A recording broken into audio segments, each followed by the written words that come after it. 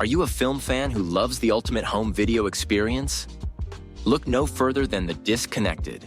Your host, Ryan Verrill, is your go-to source for the latest and most accurate information on home video releases, exclusive interviews with industry insiders and filmmakers, and has established a thriving community where every film and physical media enthusiast feels welcome. From hidden gems to blockbuster hits, The Disconnected brings you insider knowledge and a welcoming space to share your love of cinema. Watch every Thursday night at 9:30 Eastern, 6:30 Pacific for the live announcements show and follow The Disconnected on social media to stay updated. Subscribe to The Disconnected on YouTube or on the podcast provider of your choice and dive into a world where every movie night is an adventure.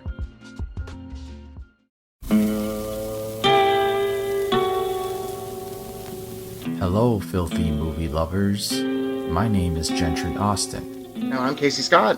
And we're the hosts of the Sin Syndicate, film podcast for something weirdos, anti-criterion bros, and Joseph Sarno aficionados. Join us semi-weekly as we peer into the adults-only theaters and sticky-floored cinemas of the golden age of sexploitation, when the morals were loose, the laws were murky, and the intercourse was all simulated. Find us now on the Someone's Favorite Productions podcast network.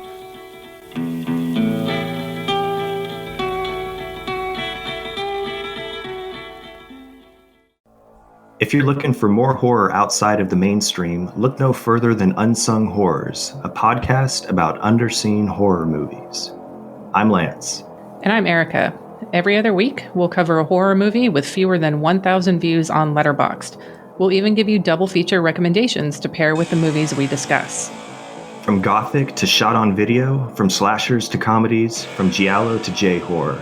We'll cover all the subgenres. So join us as we unearth these hidden gems of horror.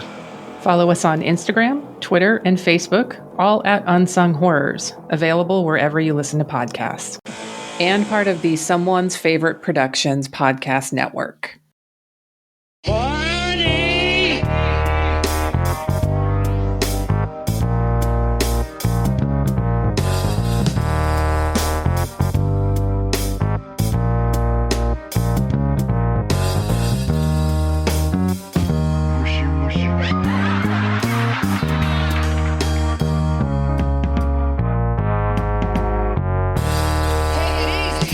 Better things to do with my money. Welcome to the Life and Times of Captain Barney Miller podcast. I'm your host, Mike White. Joining me, of course, is the rookie, Chris Dashew. Hello, Ghost. My name is Chris Dashew. And joining us from another precinct is the one and only Mr. Richard Hatem. God, I was trying to do a Levitt impression, but I don't have it yet. I just wanted to serve it right up to you guys because I know he's your favorite character. Oh, right. Yeah. Are you warming up just to him? right out of the gate. Are you warming up to him? Warming up as if you left it out on the sun to warm up as opposed to sticking it in the microwave. Guys, he's a sweet, weird little man. The goodwill toward Levitt in one of these episodes might have rubbed off on me a little bit. Yeah, agreed. Okay. We are talking about 3 episodes from January of 1978. The Ghost, directed by Lee Bernardi and written by Reinhold Weege. Appendicitis, directed by Noam Pitlick and written by Tony Sheehan. And Rape, directed by Noam Pitlick and written by Dennis Koenig, from January 26, 1978.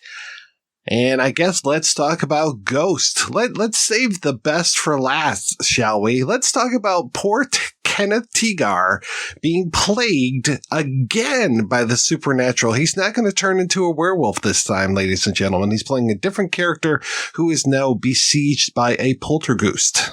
I recognized him from the werewolf episode, but then I wasn't sure if he was playing Kopechne or he was not playing Kopechne.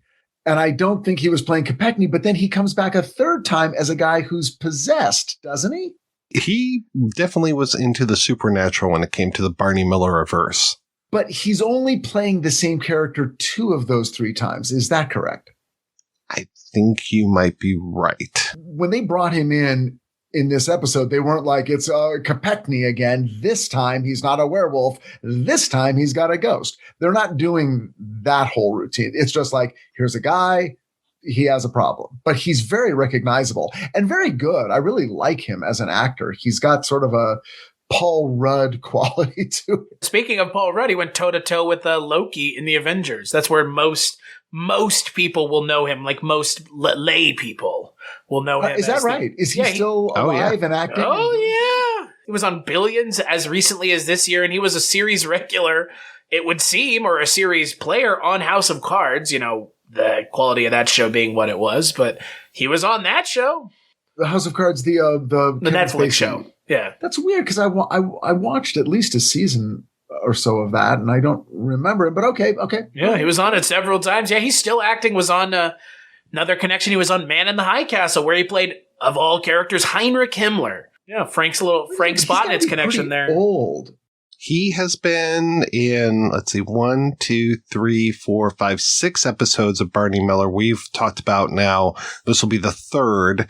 He comes back, as Jesus Christ in The Photographer, Phil Pollack in The Psychic, and Stefan Kopechne as in Possession. And then he was, so he was Kopechne in Werewolf. So way... in 1981, he'll come back as the same character. Yep.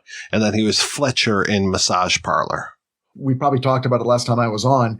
Going back to the same character actors to either reprise a role or play a completely different role, and really no rhyme or reason to the chronology of any of this. And in the 70s, you watched TV and you were like, fine. But then it's weird that they are going to bring him back as a character he's played before. It is kind of strange. It's a little strange. It's a little strange. Like, they want to have it both ways, but like at this point, like you said, like TV is in such a unique spot that like nobody cares. Like, who gives a shit about continuity? Like, these shows are being made to be on syndication, and then they would go on syndication, and then they would kill, and they still kill to this day. So like, nobody is sitting and going, well, Kenneth Tigar was in this episode as this character. Like, that's a modern day thing. That's a us problem, not a show problem. The greater burden to create a reality, like whatever your show is, even if your show has werewolves and vampires, there has to be this interior reality to the show. The yarns have to be straight from A to B to C. It has to make logical sense. No one is just watching like, it's just a TV show, and this week it's this, and who cares? Which is why they go and like they do things like mentioning Wentworth still like on the board, or the Mike joke that we always bring up. Like, the show does attempt to create a larger world around the characters than other shows do. It's trying. It's not just going, this precinct exists on a soundstage. People are coming in and out for laughs. Like, they're trying to make us believe that this is a building in New York somewhere with like Levitt coming up from, the beneath, from the other police officers. Like, they try. They really do. And to whatever degree they're doing it probably more than other shows. Maybe MASH had to do that, sort of. MASH also would recycle a lot of character actors as well, including Titos Vandis, who plays Dimitrios Stefanos in this one, the poor Greek guy who is getting his green card because he married a prostitute, I guess? A cheap hooker, according to Wojciechowicz. My God, what an asshole! Stance on hookers changed. Remember, he paid a lady a bunch of money in like one of the earliest episodes. Remember how we were talking about Wojciechowicz becoming a more mature character, and then all of a sudden it's like Wojciechowicz, the regression. Like, what the fuck, dude? You're an asshole all of a sudden. Yes, his character does evolve, maybe more than any other character on the page. But this weird misogyny and this sort of like Madonna horror complex he has, like he clearly, like, he'll go to a prostitute, but he hates prostitutes. And he does have a complicated relationship with women because he's, the macho cop or whatever. It is a little weird to watch. He clearly is angry at the woman in this episode. So dismissive. And he's like, I'm not mincing any words. Like, dude, what the fuck? Like, you were not this character 2 episodes ago. Like, back it up a little bit. Come on. Like, it's, I don't know. We've been talking about, like, his, like you mentioned, Richard, his character has grown a fair amount, and this is just backwards, like Sisyphean tasks, like the ball is rolled back over you. Like, what the fuck, man? I don't understand. Well, it also wasn't, it was a, third tier concern for the episode. It wasn't really about Wojo's relationship with her. It was about her relationship with this guy.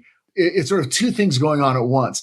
An escort, a sex worker, marries a older Greek gentleman to secure him a green card and citizenship in the United States. But the unintended consequence of this is that he seems to be showing interest in her. And by attempting to establish a legitimate romantic relationship with her, ends up interfering with her business life, which is rotating through a bunch of Johns as quickly as possible so she can make money. So she sees his romantic overtures as a big problem. And so she's got a problem and he's got a problem. And then it's a legal problem because of the green card. So, I mean, again, in typical Barney Miller fashion, some fairly sophisticated, interesting storytelling going on. Caroline McWilliams is the only one-timer in this episode. Everybody else has been on here multiple times, including Nehemiah Parasov, who plays the person from the State Department who comes in to verify this whole thing with the green card. And it's much easier in this episode than it was for Andy McDowell and Gerard Depardieu in the film Green Card. God bless you, sir. And he actually comes back 2 more times as the same character the next 2 times. Oh, nice. I remember him playing a rabbi in the Riot episode. It's Nehemiah Persoff. And thank you. He was a big 70s. He showed up. He was one of those guys you saw in everything. I love him coming in and quizzing so many of the guys on their heritage, especially when he gets to Dietrich. That whole thing of, what was it? Your mother was Albanian and your father dead. And before that, alive. Hey, Landisberg is just the best character on this show. And they are continuing with this whole thing of him and Harris hating each other and living together, as roommates.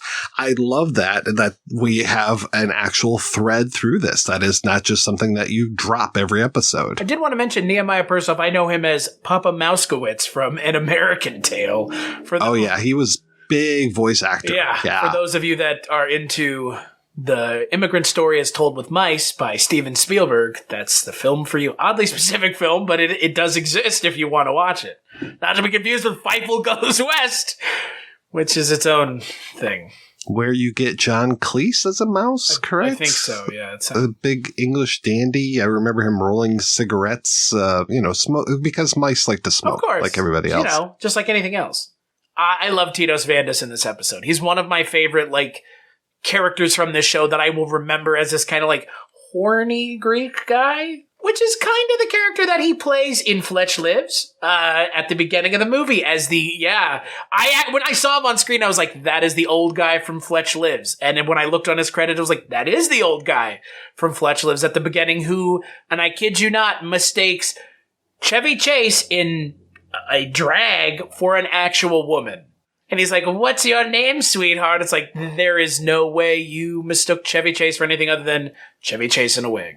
You're talking about classic comedy. I mean, this I'm goes sorry. back to the Stone Age camp skits. The vaudeville circuit. I'm sorry, I forgot. He was Jacinto Escobar in the Vigilante episode where he was hunting down people, kind of doing the police's job for them. There's also a storyline like that in an episode we're going to discuss entitled Appendicitis.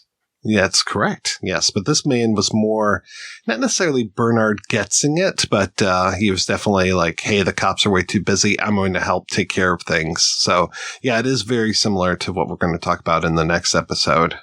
Their definition of poltergeist isn't exactly correct. Oh, I was going to say, Richard, of all the times to have you on the show, this is a good time. given that your side interests and my side interests align very much with the title of the episode, eh? Exactly. Like, I'm no doubt Chris could cover this, but, since you brought me on as a consultant, I feel that it is, incumbent upon me to comment on the notion that, yes, physical phenomenon might occur in a poltergeist case. It might follow a person outside of their primary location. That phenomena can go with a person. The fact that it's a, not middle-aged, but, 30-year-old man is not, common, but it could happen. But at a certain point when he's in the cell, he's named the poltergeist Julius.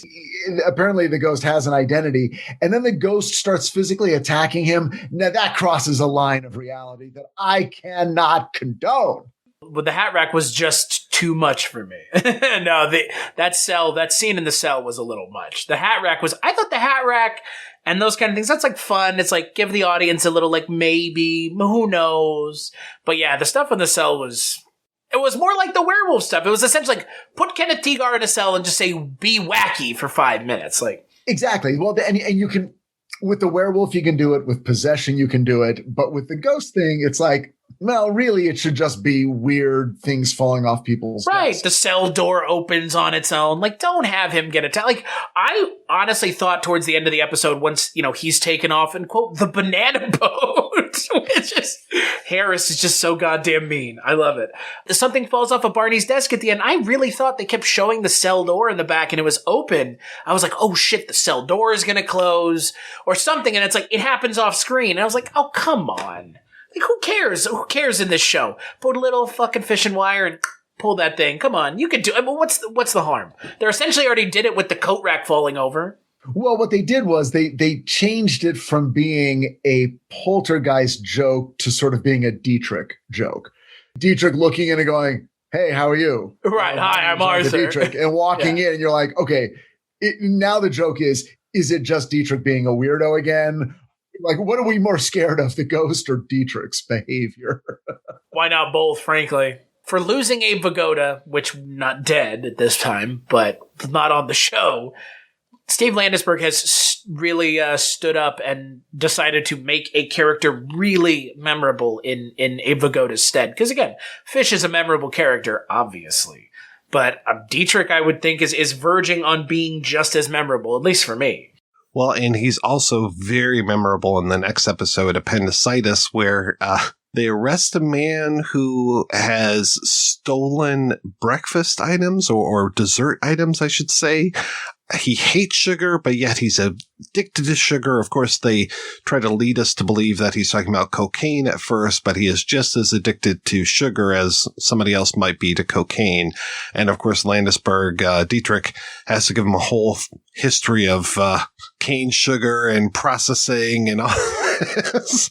I absolutely love it. I love just him pontificating away to the guy in the cell. You're saying I'm not crazy? No. Sugar has been around forever.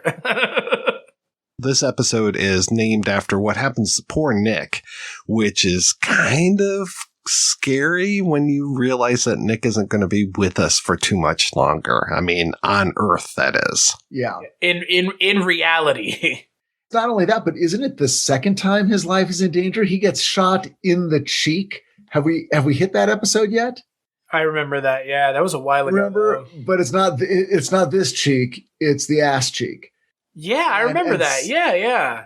So there's two episodes where they're picking up the phone really fast, and Hal Linden's like, "How is he? How is he?" And everyone is standing around listening, waiting to find out how Yamana is, and then he's going to be okay. Oh, thank God. Yeah, it was a little, but this one we really see it. I mean, they got to put him on Wojo's desk, which was a great gag. The way that. Oh, I loved when he cleaned off the desk. Yeah, that was nice. Clean off your desk. He just lifts it up. I mean, that's pretty great. And Barney has to feel bad because Barney thought he was making it up. Thought he was sleeping on the job. Didn't Yamana, in the very first moments of the episode, tell Wojo pretty clearly that he's having stomach pains? Right, yeah. He's like, I'm having pains right down here. Yeah, well, yeah, oh, you ate something, didn't agree with you. Fish. Oh, was it bad? No, cooked. Wojo should be feeling bad. He was told explicitly that his stomach was hurting and did nothing about it except set up a stereotypical joke about Asian people. Well, let's just say the show's not above those kinds of jokes. I mean. Oh, no. No, I mean, come on. It was the 70s. That's what you did. That was considered. I think about this all the time because that's what the 70s was. The 70s was, we have reached a point of sophistication in the national discourse about race that the badge of honor of sophistication is to openly make those jokes either about yourself and your own ethnicity or among a close group of people. You can make or acknowledge those jokes because we are now beyond assuming they're true. We all know that they're jokes. So now you can make those jokes. Now that, of course, which seemed just breathtakingly modern at the time when we saw it in All in the Family and the Jeffersons and in a different way on Barney Miller, is now considered so regressive and so unacceptable. It's like, no, now the badge of honor is you would never make those jokes or those comments at all on any level, in many ways, even about yourself. I guess I'm more used to the old stuff just because I grew up in that world. I think and it's because I've been watching it incessantly. Okay, so, I just spent the last 2 weeks in Toronto, as I'm sure you guys all know, and the listeners are dying to hear me talk about the fact that season 4 of Titans coming up. So we were just beginning to film. So I would go back to my hotel room every night, and my big activity was getting on my computer and watching 30 Rock reruns. 30 Rock was not that long ago. Like, we're talking 10, 15 years ago at most. And I think it's the last show that did a lot of jokes about race. I mean, tons. Oh yeah, all the Tracy Jordan stuff. Oh my God. The Tracy Jordan stuff and beyond. And it's not even like, oh, that hasn't aged well. It ages great. It's a hilarious show. And it's dealing with race from a place of, oh, look at the casual racism in the workplace, even among people who consider themselves liberal. That is the sort of section of the playground they're playing in, and they play it brilliantly. It could not exist now. There are jokes that are just like, oh my God, I consider that a very modern show. Could not exist now. But still very, very funny. I was going to say, I still consider it a funny show. It's like Barney Miller's funny. The stuff in this episode, like you've mentioned, Richard, some of the casual racism, and there's been less than casual. I mean, we had the Detective Scanlon character as a abhorrent racist in this show. There's always a laugh track underneath it. We will get there. Oh, okay. We'll get there. Yeah. I'm just preparing the audience for the laugh track is about to really work against the show. It's going to work against the show in a way that you would not expect. But I'm pointing out now because the laugh track is here for those quote racist jokes. Again, they're jokes about stereotypes. That's all it really is. Like you said, Richard, it's a joke about a stereotype. When it's directed at someone of that race, then it becomes racist. But it's a joke about a stereotype. Then you have that being made. I don't know how lazy or anything else it is. It kind of takes the piss out of said stereotype. Yeah, Yamana makes jokes about himself in terms of being Asian American, and people within the world of the show make fun of him based on his coffee and his filing system. But there is that betting, one episode. And his gambling. Right, which all come into play in this episode. Yeah. All come into play. But there is that one episode except for the coffee. Doesn't the... They didn't even mention. Oh, wait. They didn't even mention the coffee in the last episode when they had the ability to mention the coffee when she went to go fix herself a cup of coffee. They didn't even mention it. Yamana looks at her but doesn't say anything, which was kind of strange. There's the one episode where he's cooking shabu shabu yes, on the hot plate, and everyone's like, "Oh my God, what's that horrible smell?" So there's a little bit of culture phobia going on in that episode. But it does have a very funny punchline because they're like, oh my God, it smells like garbage. Like, how could you say that?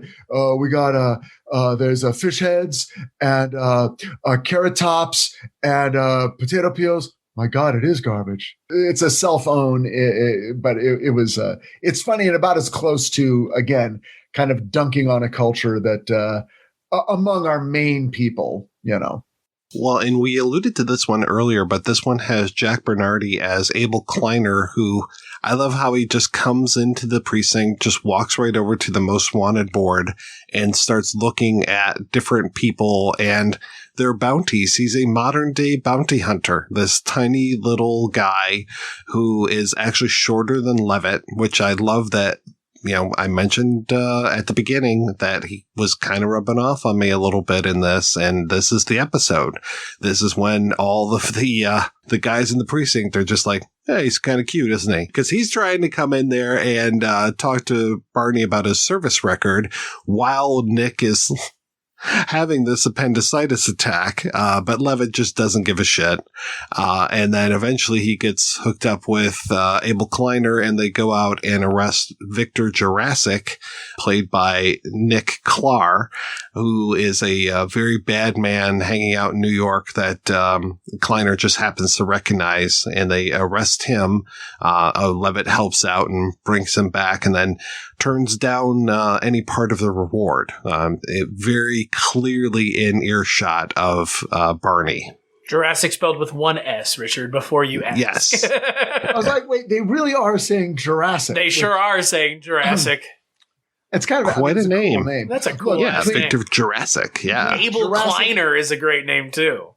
Kopechne, they had some great names, you know, on Jack Bernardi is Abel Kleiner is pretty great. I would let that guy roam around my neighborhood looking for the scum, the wanted poster scum. But he's not tracking people down and physically, like he's not carrying a gun and No, he's just like, they're there, cops go get him. He's going to eye. In other words, he's the guy who looks at the milk carton really carefully. He IDs them. Okay, he IDs them. All right. Yeah, because again, you know, cops of the 70s or even now, like, they don't share all that information. And I like how he calls them out. He's like, well, that one up there, he's been caught for 4 months. But, you know, you guys are the experts. In the Ghost episode and now in Appendicitis, and maybe I'm just forgetting, maybe this is more in the mode of Barney Miller. They don't take the concept to the next level. Like at a certain point, I'm like, is something like, is Nick going to go into some sort of crisis and they're all going to have to like, oh my God, we've got to do something right now. And it's going to turn into a comedy set piece. That never happens. They get him on a stretcher. They get him out. He recovers. The poltergeist, is it going to turn into a big comic set piece like the werewolf episode sort of does?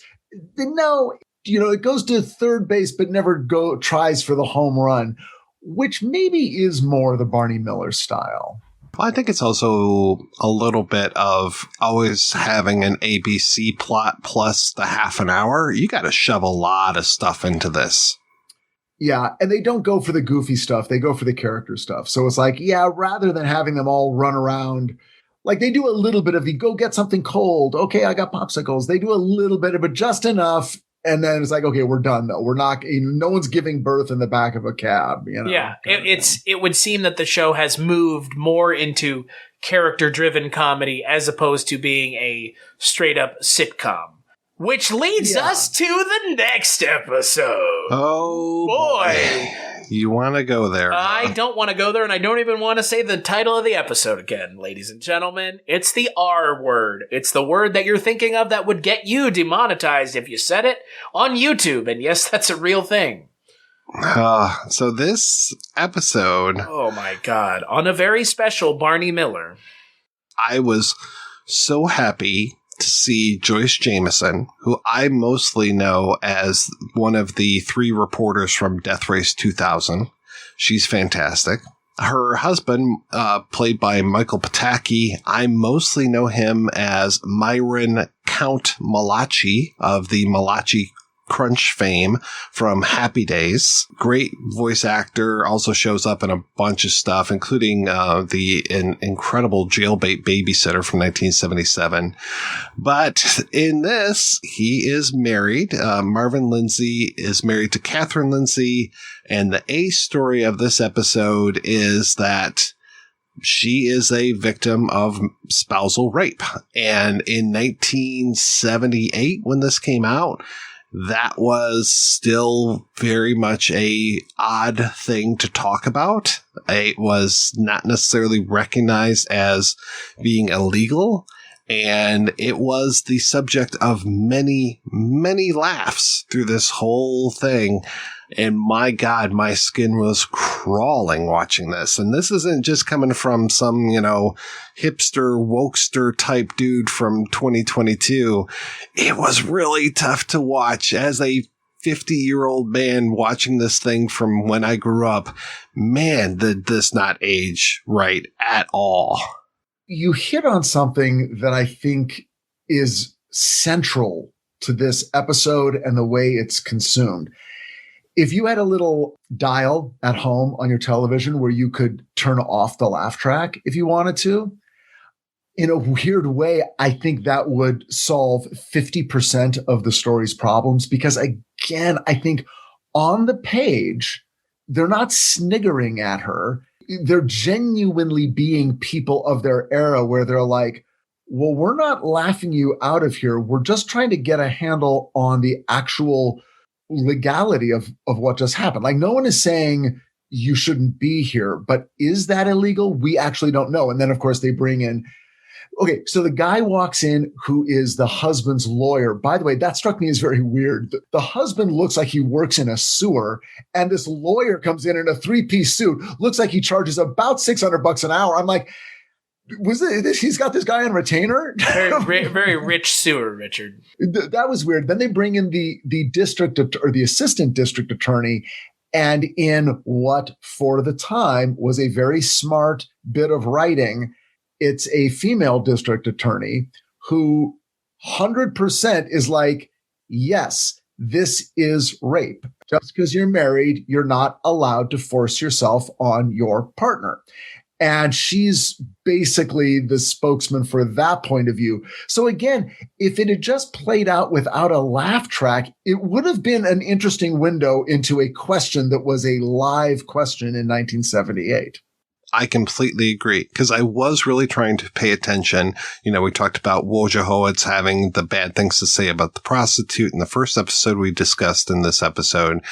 But yeah, it's not Hal Linden as Barney Miller going, well, I just don't see the problem with this. Nobody says, I don't see the problem with this. Not even Wojo. No, they're all confused more than anything else. They're very confused, yeah. And, I think Dietrich talks about, the traditional history of women being basically chattel. I mean, don't forget, guys, and I know you know this, but like out there in Radio Land, this is so close to when the feminist movement really started. That whole rule of thumb thing is still out there. It's just, this is not a good time for women. And yeah, this is a very pertinent issue as far as, can a spouse rape another spouse? Because is that woman his property, or is she actually a person?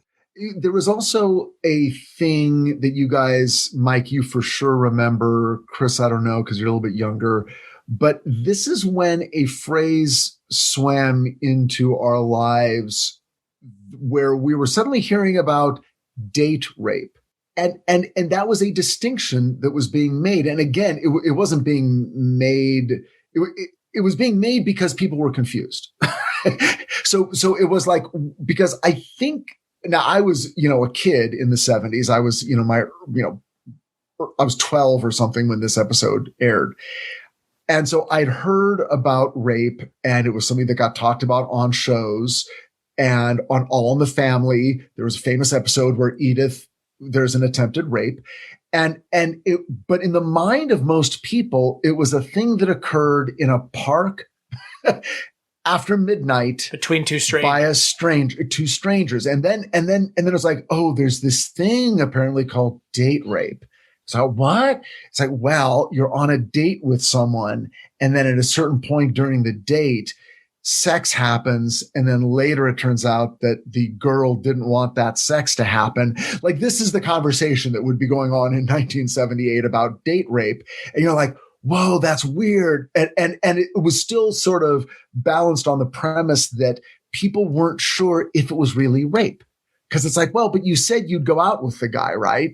So, and then you started making out with him. People who were not misogynist monsters were like the men on Barney Miller, except for Wojo, who is a misogynist monster, would grapple with this. So this is not that far in the rearview mirror. This is 50 years ago.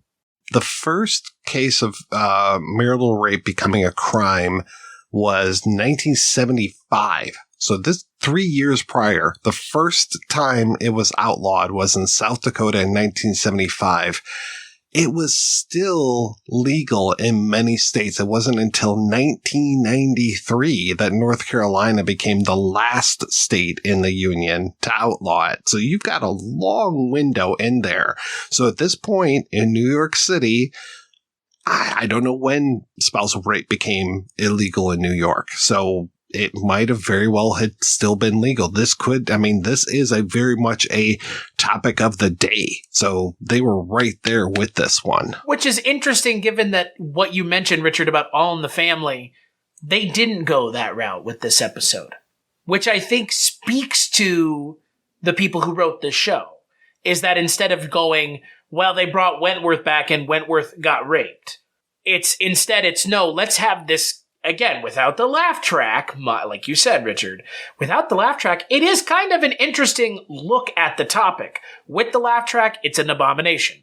In a way, the most disappointing, but the absolute inevitable part of the story is the conclusion. They have to kind of steer the story back into the middle of the road. Oh boy, don't they? By making it less about a crime of violence and an actual assault and more about how people are treated within a marriage over the course of years. And it sort of suddenly becomes a story about bringing the romance back into sexual encounters. And which in a weird way is the most distasteful part of the entire episode. Oh, yeah. Yep, the ending is indefensible.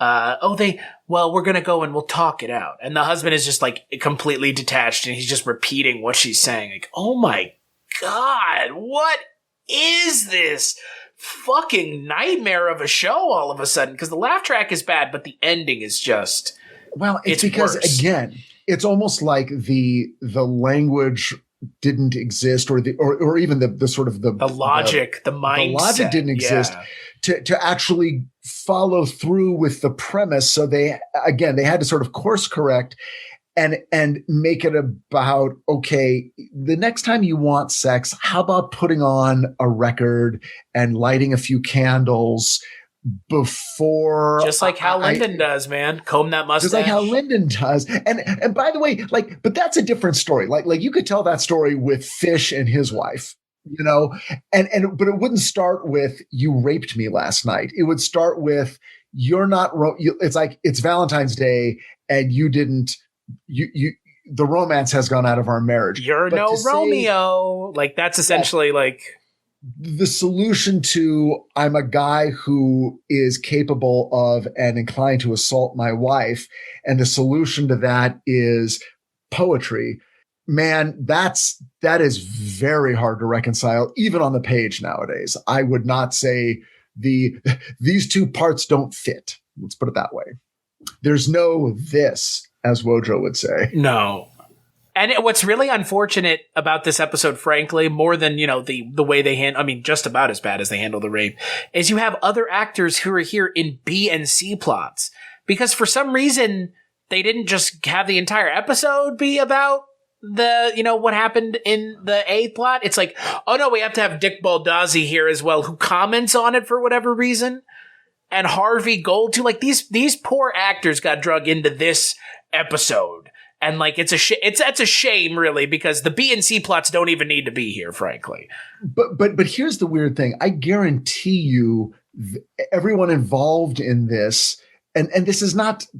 I'm not casting aspersions because things change, and that's a good thing. Yeah. So things that we take for granted now. We're not taken for granted then. But I don't think anyone felt bad about this episode or felt that they were taking the easy way out. I think everyone felt like we should all get a fucking badge for even bringing up the fact that this takes place. And I don't think anyone felt like they were not sticking the landing with the landing they stuck. Would it have been the end of the world to actually give this a satisfying ending? Like have her say, nah, rotten hell, bye? Like what would have been the repercussions? I guess is my question. Because comedy. I know that, but outside comedy would have suffered. I know. And the problem is like, it's just not like, then in my humble, idiotic opinion, it's not funny to begin with. It's like you're trying to mine comedy from something that's just not funny. So many of these episodes end up with the reconciliation. I think that's part of the thing with Barney is so few of these people either go to Bellevue on a banana boat. Or they make up and they go their own ways. They go home together. You know how many like husbands and wives we've seen get back together on this goddamn show? It's not even surprising. Oh, yeah. Really. Right. And at the time, it was perfectly legal to have non-consensual sex with your wife in New York. At the time. 3 years after this episode aired is when it became illegal. Jesus. There you go. So there's in New York, just to answer your question from before, Mike. I've been reading a book, Pictures at a Revolution by Mark Harris, which is about the 5 movies that were nominated for the Best Picture Academy Award in 1967 and how they represented different sort of pieces of how Hollywood was changing. Because you had The Graduate and Bonnie and Clyde sort of these avant-garde movies. Dr. Dolittle was the holdover from old Hollywood. And in the middle were these 2 Sidney Poitier movies, Guess Who's Coming to Dinner and In the Heat of the Night. And so a lot of what was talked about in the book was how while at the time it was cutting edge, it was already becoming problematic having Sidney Poitier always play the most unobjectionable African-American character you could ever possibly imagine in whatever situation he happened to be in. And at the time, it was like in this episode, it was considered like, hey, we're hitting race head on. The solution, of course, was the racist Southern sheriff in The Heat of the Night becomes, finds that he has grudging respect for the most perfect human being in the world who also happens to be black. That was considered an acceptable ending for a story, which was a white person learns that you can't always judge a book by the cover because sometimes black people are good people. That was ultimately the lesson learned in The Heat of the Night. And now the lesson learned here is, hey, every once in a while, don't rape your wife. Yeah. Yeah, put on a record. Put on some music or some candles. Yeah, like learn about foreplay as if these 2 things are somehow. And I think the idea now is that it jumped the track because what it's not talking about is violence. To correctly end this story in a way that makes sense for us nowadays would be to say, dude, you committed a violent crime. Therefore, that's the thing that needs to get dealt with, not the moors of romance. You attacked someone, and that cannot happen under any circumstance ever because it is a crime. And what we want her to say that. We want her to say, I was cool with you up until you physically attacked me, and now I can never trust you again. So I'm actually going to go move in with my sister and begin divorce proceedings, and I am going to charge you with assault, and our marriage is over, and that's the end of this episode of Barney Miller. Hard to get comedy out of that. So maybe biting off more than they could chew. I mean, I know that there are versions you can now, I think with that, the Martini set or whatever from MASH, you can turn off the laugh track, which I bought it just to do that because I want to go back and do a full rewatch of MASH with no laugh track. I wish that there was an option for that with Barney Miller because, to your point, had we had no laugh track, this episode would still be uncomfortable, but it'd be uncomfortable for the right reasons rather than the wrong reasons. Yeah. And I'm not saying any more than I think any of us are that don't have an episode about a show that covers a uncomfortable topic. Frankly, use your platform to talk about something uncomfortable, but man, your jokes with Harris ogling the assistant DA don't really land very well when you're also talking about spousal rape. So it's weird to me because there should be no B plot, there should be no C plot, and there should be no laugh track. And I think that would probably not fix it, but it would make strides to actually taking the subject seriously. As opposed to a woman saying that her husband raped her and the audience goes, like, what the fucking shit? No. Without the laugh track, it's almost it verges on an episode that might have been, kind of forward thinking, a little trend setting, really.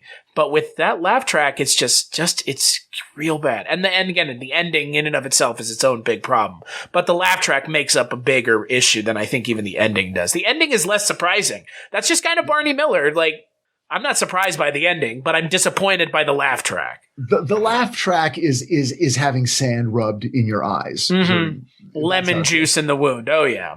Yeah, but there was one joke that got close to hitting the nail on the head. It wasn't in that storyline. It was that sort of sub storyline between Harris and the played as very attractive and was very attractive female assistant district attorney. He sort of does a double take or something, and she's like, "Are you surprised, that I'm the district attorney they sent?" And he's like, "You don't look like the other district attorneys I've seen." And she's like, "You don't look like the other Harrises I've met."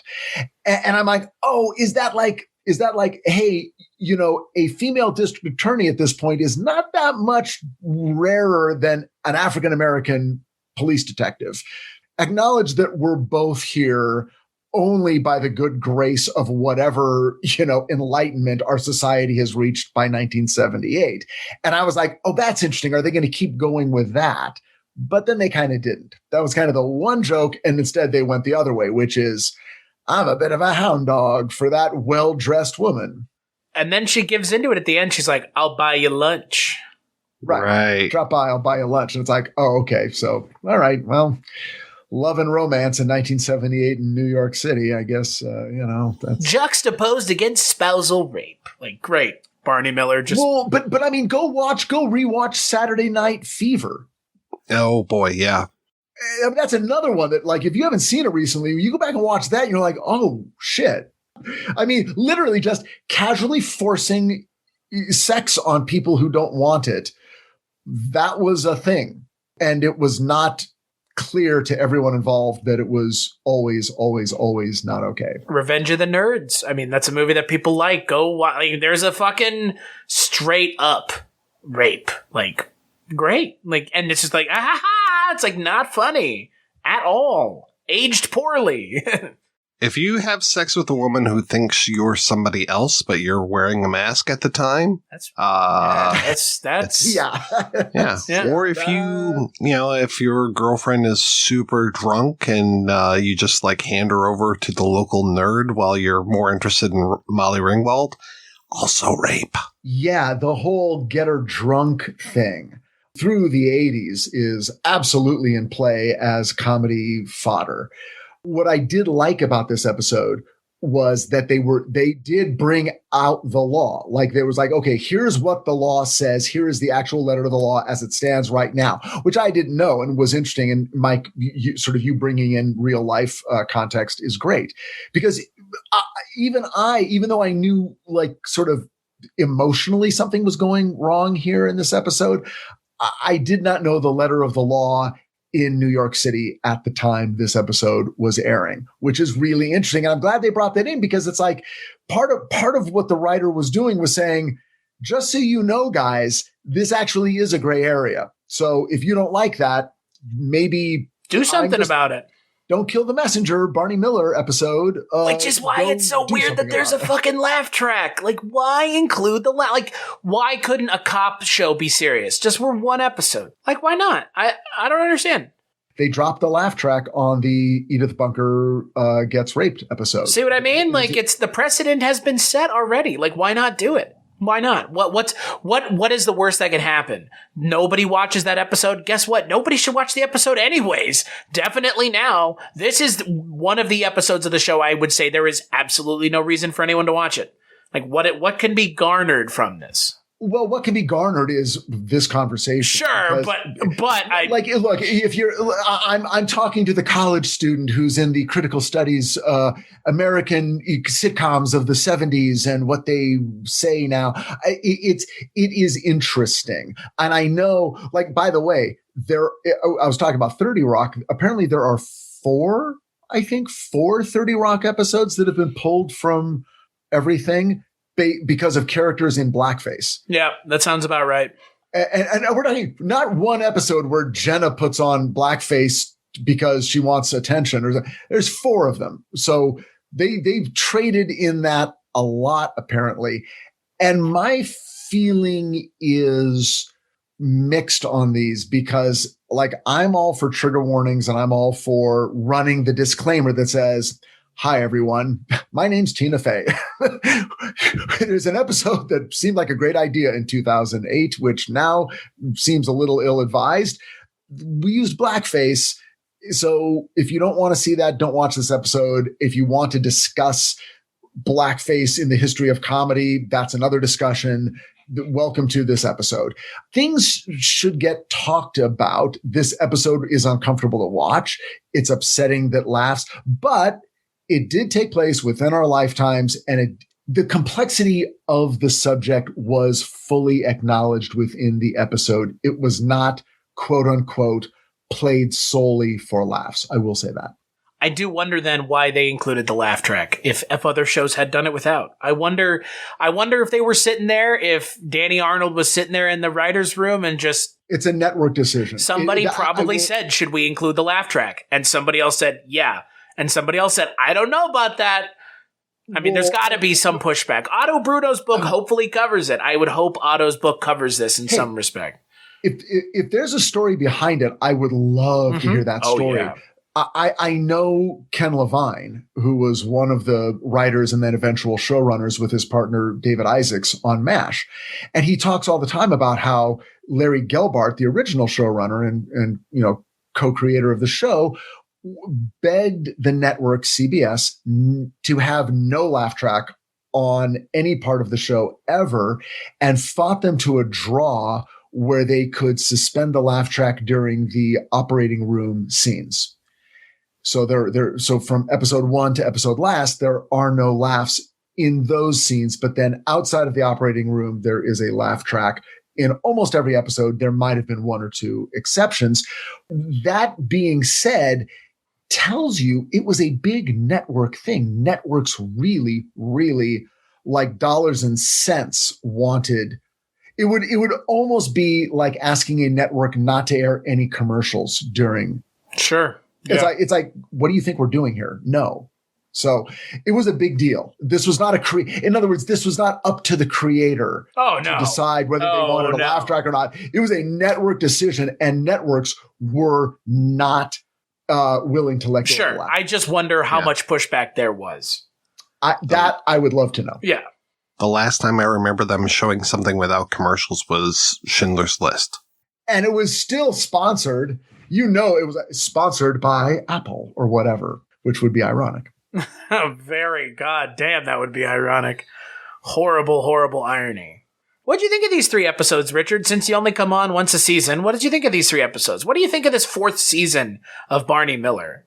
Well, I'm a huge fan of Barney Miller. It's actually one of my favorite shows. I've seen all the episodes numerous times. I own the series on DVD. I've watched it for pleasure from beginning to end within the last 5 years. So revisiting episodes sort of out of context is always interesting.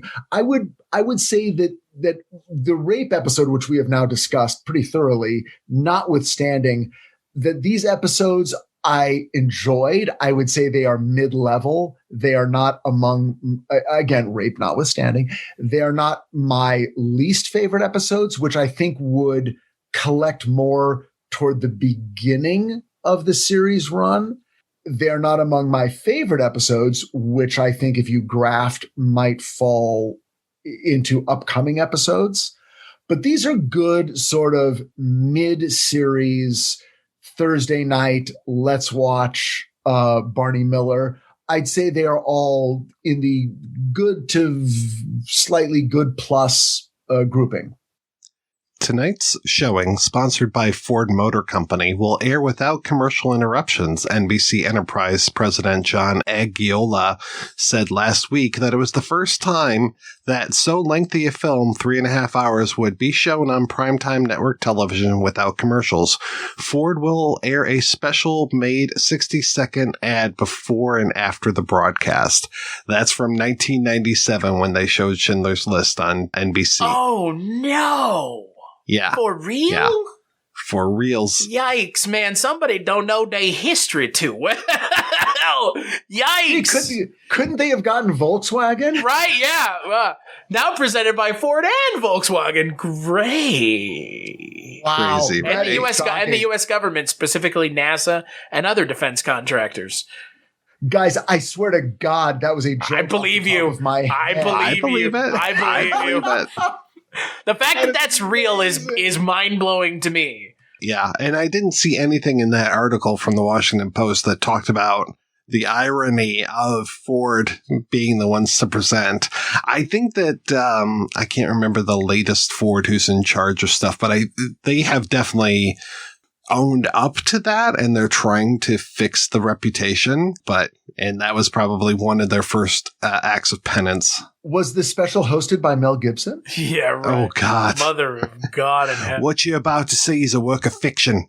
It's not real, unlike The Passion of the Christ, a factually real film. 100% real. That's why they shot in Aramaic. Right, factual truth from the real documents gathered at the time.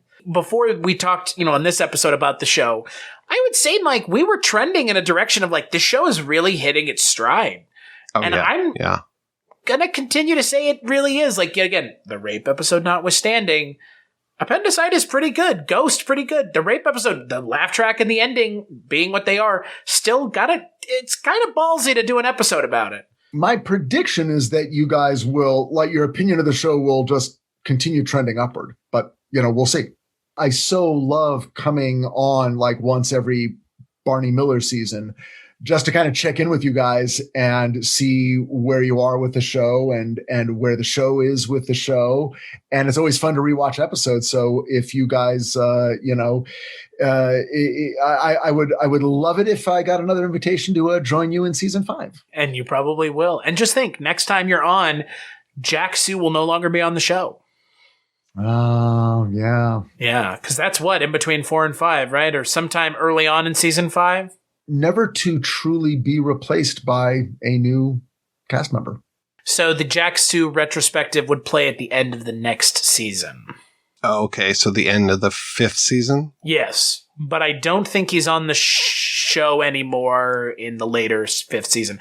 I forget when Jack Sue passes away, but I'm pretty sure it's it seems to be about halfway through the season. Well, you'll get there, and it'll be, there'll be a lot to cover. So it'll be heartbreaking. And we'll be crying our eyes out. I have to say one big disappointment, Chris, with all 3 of these episodes, no Luger. No Luger, yeah. Where's James? Man, can you imagine James Gregory walking in on this? Bonnie, what are you saying, Bonnie? This husband did this to his wife. Time to leave, James Gregory. Time to leave. His character would not have been a welcome voice in this episode. Throw Scanlon in there. Get Scanlon in there too. Ooh. Well, Scanlon isn't even, you don't even, He's a reoccurring character. He is. Right, but there's no question. But Luger, who can sort of vacillate between the two, vacillate, it was great to hear him. Yeah, I'm glad we did not get his take. Good God in heaven, that is a take I do not want. I want to thank everybody for listening to the episode. I especially want to thank John Walker for our theme song. And Richard Hatem, thank you so much for stopping by. It was great having you. Thank you so much for having me. I love dropping in on the 12th Precinct. If folks want to help support the show, go on out to iTunes or wherever you get it and leave us a rating and review. That would be great. And until then, we will see you at the 12th Precinct next time, talking about Eviction Part 1 and 2 and finding out what Wojo's problem is in an episode directed by the one and only Max Gale.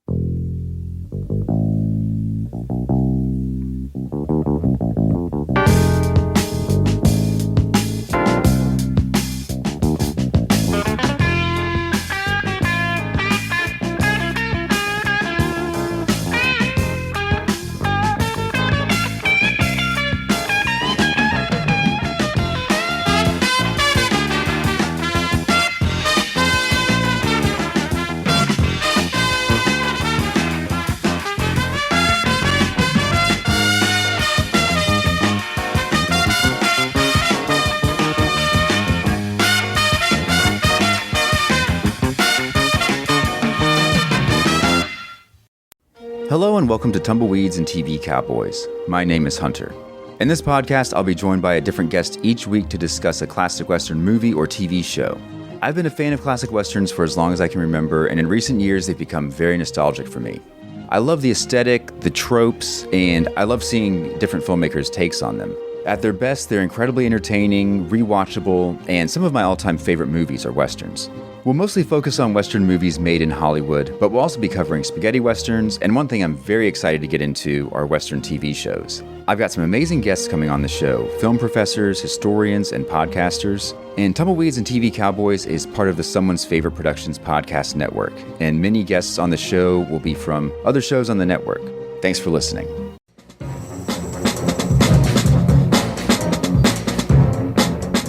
Hello, this is Aaron West. I am the author of the A24 New Wave. In this book, I look at A24's output and I make the argument that we are in a new wave movement right now. A24 plays a major role. This book has a supplemental podcast where each episode is a brief conversation about an A24 related topic, whether an actor, director, or even a genre.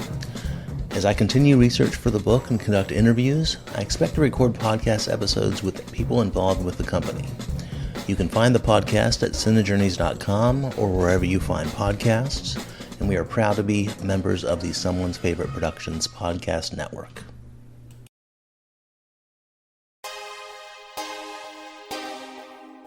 The audio commentary. It's a dying art form, but here at One Track Mind, your wonky yet affable host, Ryan Luis Rodriguez, analyze film through the prism of these embryonic forms of podcasting, one audio commentary at a time. Masterpieces, crapster pieces, live action, animation, cult classics, films literally no one has ever heard of. No track is too small and no track is too big. Join me and my guests from the entertainment world as we keep these features alive every other Tuesday. Hey, who else is going to discuss Bill and Ted's Bogus Journey one week and Citizen Kane the next?